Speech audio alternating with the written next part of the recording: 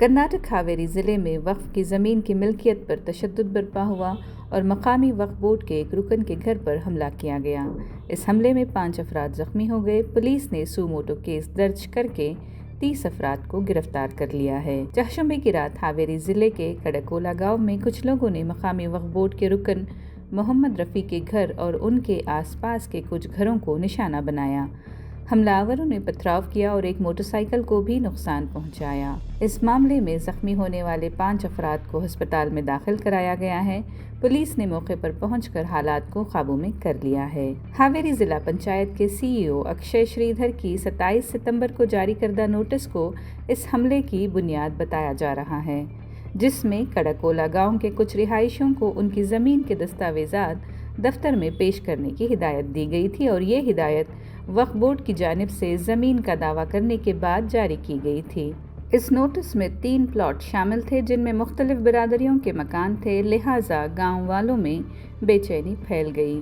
चहशुम्बे की सुबह पंचायत के अराकीन के साथ एक मीटिंग भी मुनक़द हुई। ख़ास तौर पर इस बात के मद्देनज़र कि कर्नाटक के वज़ीर आला सिद्धरामैया ने हाल ही में रियासत भर में तमाम वक्फ बोर्ड के नोटिस को वापस लेने का ऐलान किया था। मीटिंग में ये भी यकीन दहानी कराई गई कि अगले अहकामात तक किसी की भी ज़मीन पर कब्जा नहीं लिया जाएगा। ताहम रात तकरीबन 9:30 बजे कुछ रिहायशी मुश्तइल हो गए और वक्फ बोर्ड के रुकन के घर पर हमला कर दिया। हावेरी के एसपी अंशु कुमार के मुताबिक चहशुम्बे की रात सावनूर तालुके के कड़कोला गाँव में एक ग्रुप ने मुबैना तौर पर एक घर पर हमला किया, जिसके नतीजे में 5 अफराद को मामूली चोटें आईं, जिन्हें बाद में अस्पताल में दाखिल कराया गया और उनकी हालत अब बेहतर है। पुलिस ने इस मामले में सू मोटो केस दर्ज कर लिया है और 30 अफराद को गिरफ्तार भी किया है, जबकि तहकीकात जारी हैं। गाँव वालों से दरख्वास्त की गई है कि इलाके में अमन व अमान को बरकरार रखा जाए, लिहाजा सिक्योरिटी भी बढ़ा दी गई है।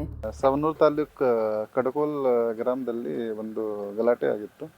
ಇದು ಸುಮಾರು ಕೆಲವು ಜನ ಕೆಲವು ಮನೆ ಮೇಲೆ ಸ್ವಲ್ಪ ಅಟ್ಯಾಕ್ ಮಾಡಿ ಅಸಾಲ್ಟ್ ಮಾಡಿದರು. ಆ ಪ್ರಕರಣದಲ್ಲಿ ಇದು 5 ಜನಕ್ಕೆ ಗಾಯ ಆಗಿದೆ. ಬಟ್ ಇದು ಎಲ್ಲ ಜನ ಹಾಸ್ಪಿಟಲಲ್ಲಿ ಅಡ್ಮಿಟ್ ಇದ್ದಾರೆ. ಏನು ಸೀರಿಯಸ್ ಗಾಯ ಇಲ್ಲ, ಉಪಚಾರ ತಗೊಳ್ತಾರೆ. ಇದು ಒಂದು ಸುವಮೋಟೋ ಕೇಸ್ ಹಾಕಿದೆ ನಮ್ಮ ಪೊಲೀಸ್ ಸಿಬ್ಬಂದಿ ಕಡೆಯಿಂದ ತಗೊಳ್ಳಿ, ಮತ್ತು ಇದು 30 ಜನಕ್ಕೆ ಅರೆಸ್ಟ್ ಮಾಡಿದೆ. ಫರ್ದರ್ ಇನ್ವೆಸ್ಟಿಗೇಷನ್ ಇರುತ್ತೆ. ಸರ್, ಯಾವ ಉದ್ದೇಶ ಅಂತ ಉದ್ದೇಶ ಇನ್ವೆಸ್ಟಿಗೇಷನ್ ಅಲ್ಲಿ ಬರುತ್ತೆ. ಅದು ಒಂದು ಆರ್ಡರ್ ಬಗ್ಗೆ ಆಯ್ತು, ಬಟ್ ಇನ್ವೆಸ್ಟಿಗೇಷನ್ ಅಲ್ಲಿ ಕರೆಕ್ಟ್ ಮಾಡಿದ್ದೀವಿ. ಸರ್, ಪರಿಸ್ಥಿತಿ ಹೇಗಿದೆ? ಪ್ರೆಸೆಂಟ್ ಸಿಚುವೇಶನ್ ಪೀಸ್ಫುಲ್ ಇದೆ. ಈಗ ಏನು ಇಶ್ಯೂ ಇಲ್ಲ. ಇಲ್ಲಿ ಪ್ರಾಪರ್ ಸ್ಟಾಫ್ ಡಿಪ್ಲಾಯ್ ಮಾಡಿದೆ. ಇದು 4 KSRP ಇದೆ, ಮತ್ತು ಅರೌಂಡ್ 500 ಜನ ಸಿಬ್ಬಂದಿ ಡಿಪ್ಲಾಯ್ ಮಾಡಿದೆ. ಬೆಳಗ್ಗೆ ಒಂದು ರೂಟ್ ಮಾರ್ಚ್ ಕೂಡ ಮಾಡಿದೆ. ಈಗ ಪರಿಸ್ಥಿತಿ ಶಾಂತಿಪೂರ್ವಕ ಇದೆ, ಏನೋ ಇಶ್ಯೂ ಸರ್. ಮತ್ತೆ ಯಾರ ಸ್ಥಳಕ್ಕೆ ಯಾರು ಭೇಟಿ ಕೊಟ್ಟಿದ್ರು ಸರ್? IG ಸರ್ ಮತ್ತೆ ಭೇಟಿ ಕೊಟ್ಟು ವಿಸಿಟ್ ಮಾಡಿದ್ರು? ಸೀನಿಯರ್ ಆಫೀಸರ್ಸ್ ವಿಸಿಟ್ ಮಾಡಿದರು.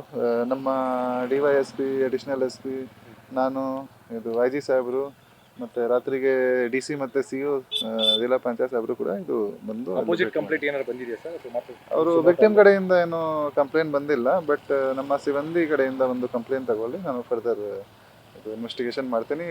ವಿಕ್ಟಿಮ್ ಕಡೆಯಿಂದ, ಅಫೆಕ್ಟೆಡ್ ಪರ್ಸನ್ ಕಡೆಯಿಂದ ಏನೋ ಕಂಪ್ಲೇಂಟ್ ಬಂದಿದ್ದರೆ ಅವನಿಗೆ ಕೂಡ ಇದು ಕ್ರಮ ಕೈಗೊಳ್ಳಲು ತಗೊಳ್ತೀನಿ.